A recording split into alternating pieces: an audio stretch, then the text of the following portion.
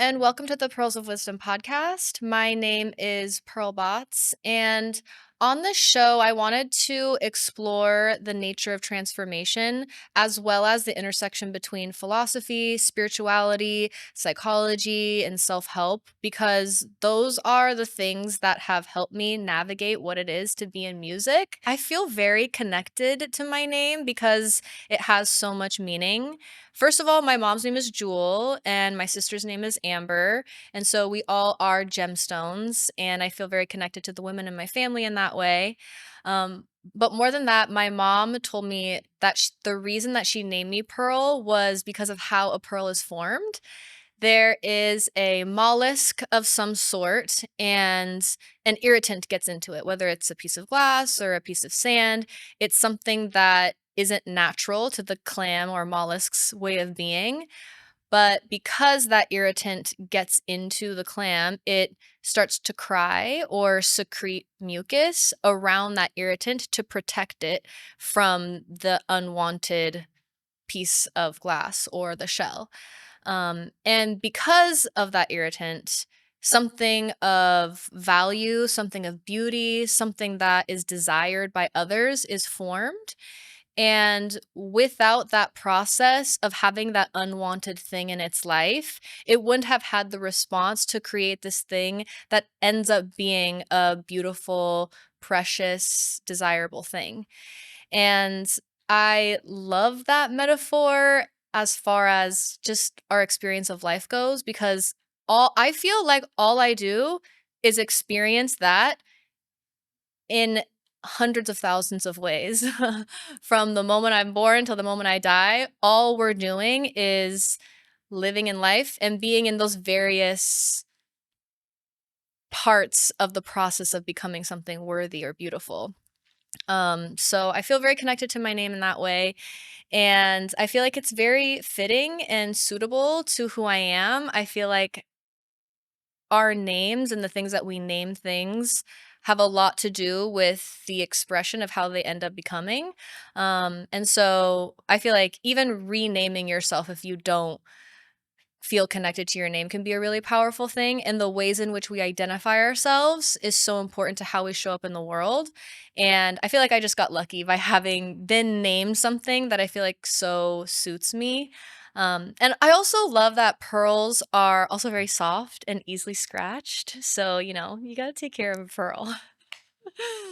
The reason that I want to explore the intersection between psychology, spirituality, and philosophy is basically because I feel like those are the three core blocks of my own identity. And that's really where I live and where my obsession lies. I can't get enough about talking about those three things. And what I personally think that those three things combine into is wisdom, which is really just taking kind of like a pearl, the pain of our lives and transforming it to something that's beautiful. I think wisdom is time plus reflection.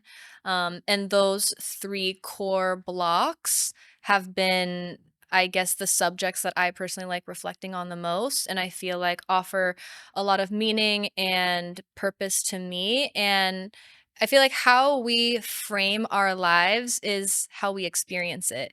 If we frame it as something that's for us, then we're going to feel like life is moving for us. If we frame it as something that's negative or against us, or there's so many struggles, then that's what's going to grow and that's what we're going to get more of, which is not to invalidate struggle, but to say, oh, I know where this struggle leads. Like, I know that even though there's this piece of sand that's here, I can have the foresight to know that it's not just going to stay there and it's just not going to be something that's irritating, but it's actually going to be the thing that develops into something that I ultimately want. I want to be the clam with a pearl in it, not just a boring clam.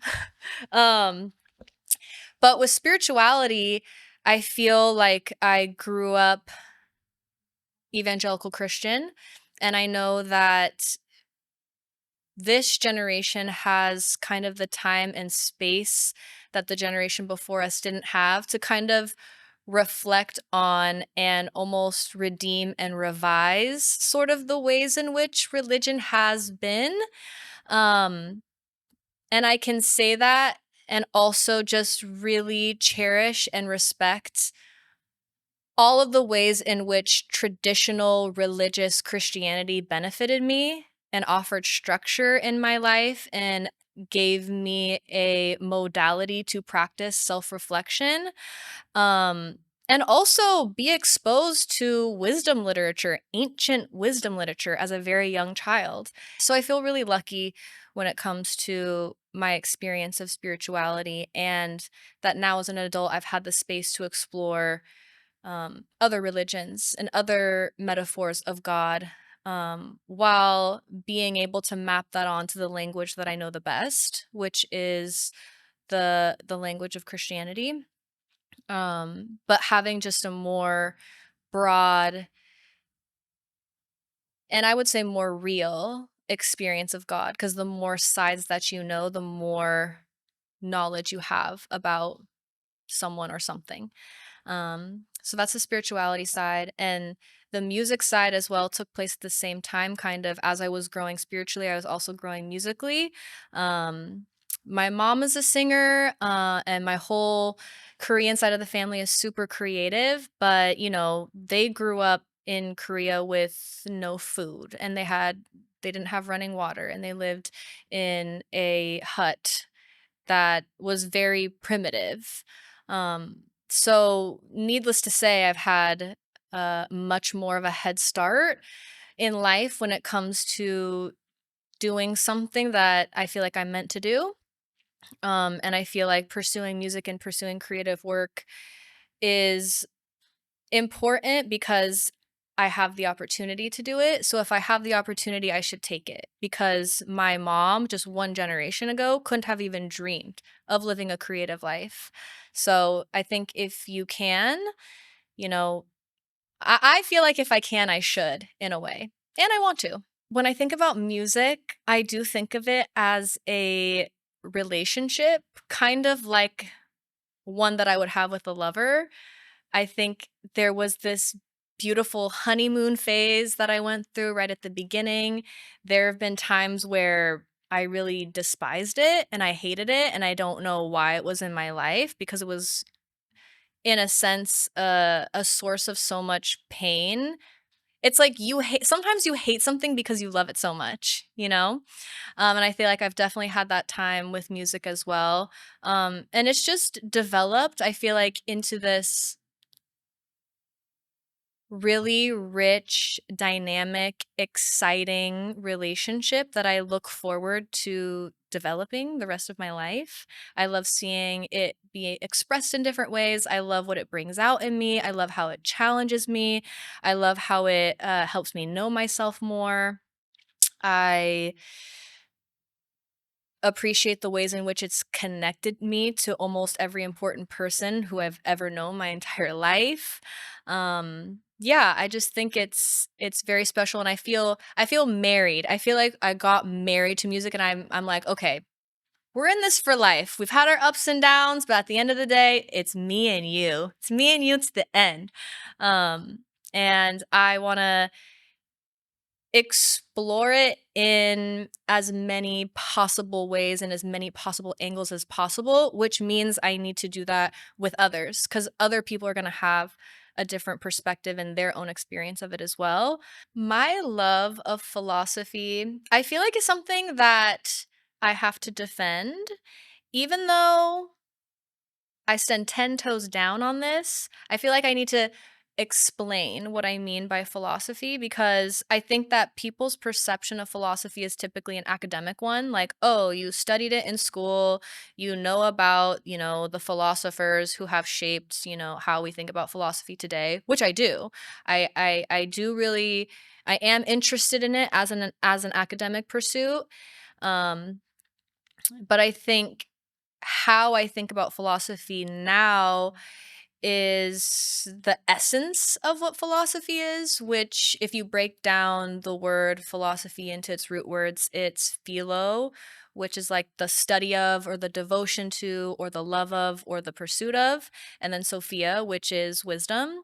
And that is how I see my life. That is the reason for my existence. That is, I cannot stop thinking about it. it it no matter how hard I try to listen to, other podcasts that may not be in line. I can't. It's literally compulsive at this point, maybe even unhealthy. But I do feel like it is a true obsession, and um so to me, I'm like, well, that makes me a philosopher then. If that is what philosophy means, then that is what I'm about and that is who I am. And I've always been like that ever since I was a kid, thinking about why we do things and exploring, what might we be missing in this, normal way of behaving. And also philosophers, they used to be in the public square. They used just to be out and about talking about things to regular people. Like that was a part of, normal daily living. And that's not how it is now. But we still need philosophers. We still need people to be asking the deeper questions of why are we doing any of this anyways? And I think that that doesn't mean that the people who have degrees are necessarily the people who are supposed to be doing the work of a philosopher. And I think that they could be anyone who has an interest in that. And I put myself in that category boldly. I'm a philosopher. Um, but I mean, if people are like, well, what have you done? Or what have you, I think that one big part of my life that has influenced my interest in this was a program that I did when I was in college. It was called Torrey Honors Institute, and instead of doing general education, we read a canon of literature that picked out the most influential authors and writers who shaped Western histories, Western thought, Western society. So it started with like the Iliad, the Odyssey, and then we went chronologically slash thematically through history, and we ended with like Jane Austen or like C.S. Lewis. So I'm very well read basically. And I've read a lot of philosophy. I've read Descartes, I've read Kant, I've read Plato, I've read Aristotle, like all of these and reading a primary text and reading a really difficult book it really stretches your mind in different ways, and I feel like having that structure to be able to express myself and grow intellectually and be exposed to all of these ideas um, was a gift that honestly fell into my lap. Just kind of like music. All of the things that I feel like make me and who I'm really supposed to be were gifts. They really were. They came into existence and they just felt right. So I feel like now that I've had time in my adulthood to sort of synthesize the different most meaningful and impactful and also flowing things in my life, I'm like, oh, I'm not gonna stop exploring those things, or I'm not gonna stop cultivating these parts of me that I feel like have been so naturally um, magnetic for me. And I want to do it in a structured way and potentially in a way that is of service to others. Because I do really believe that when you share your own story, you allow people to connect with you because they see themselves in you. So, the more honest that we can be about our journeys and our curiosities and the things that we're drawn to, um, the more really healing can take place um, in our lifetime because other people can see us and connect with us and feel less alone, feel like they belong, and potentially mitigate some pitfalls. Because if someone tells you, no, don't go over there, and I have the life you want, or someone else has the life that I want, I can trust them to guide me in a way that allows me to get there faster. So I feel like it can be a really vulnerable thing to share who you are. And also at the same time, like that's all we have to do, really, is just to share who we are and draw in the right people and repel the right people and really just have fun. Really just have fun in life. Like that's really the point of it. Um, And that's not, again, not to say that suffering doesn't occur or that pain doesn't exist. It's not turning a blind eye to the darkness, the real darkness in life, but to say, optimistically, there is darkness and there is suffering and there is tragedy, and yet still, um, look how those things can be transformed into good, or look how we're able to tolerate things that should have only led to destruction and more agony, but actually it can be good. Or, I'm able to endure this and life can still be worth living even with pain. Um, and I think music is a great teacher of that. Music and pursuing artistic or creative or entrepreneurial things will, yeah, they'll really teach you a lot about that. um and it's exciting. It's exciting to transform. It's exciting to witness other people become and transform. And that's what I'm about to do. So I'm really excited to share these conversations that I've been having and just connect with people who think in a like-minded way. So if those kinds of conversations are ones that you enjoy and you want to connect with, keep listening and I'll see you next time.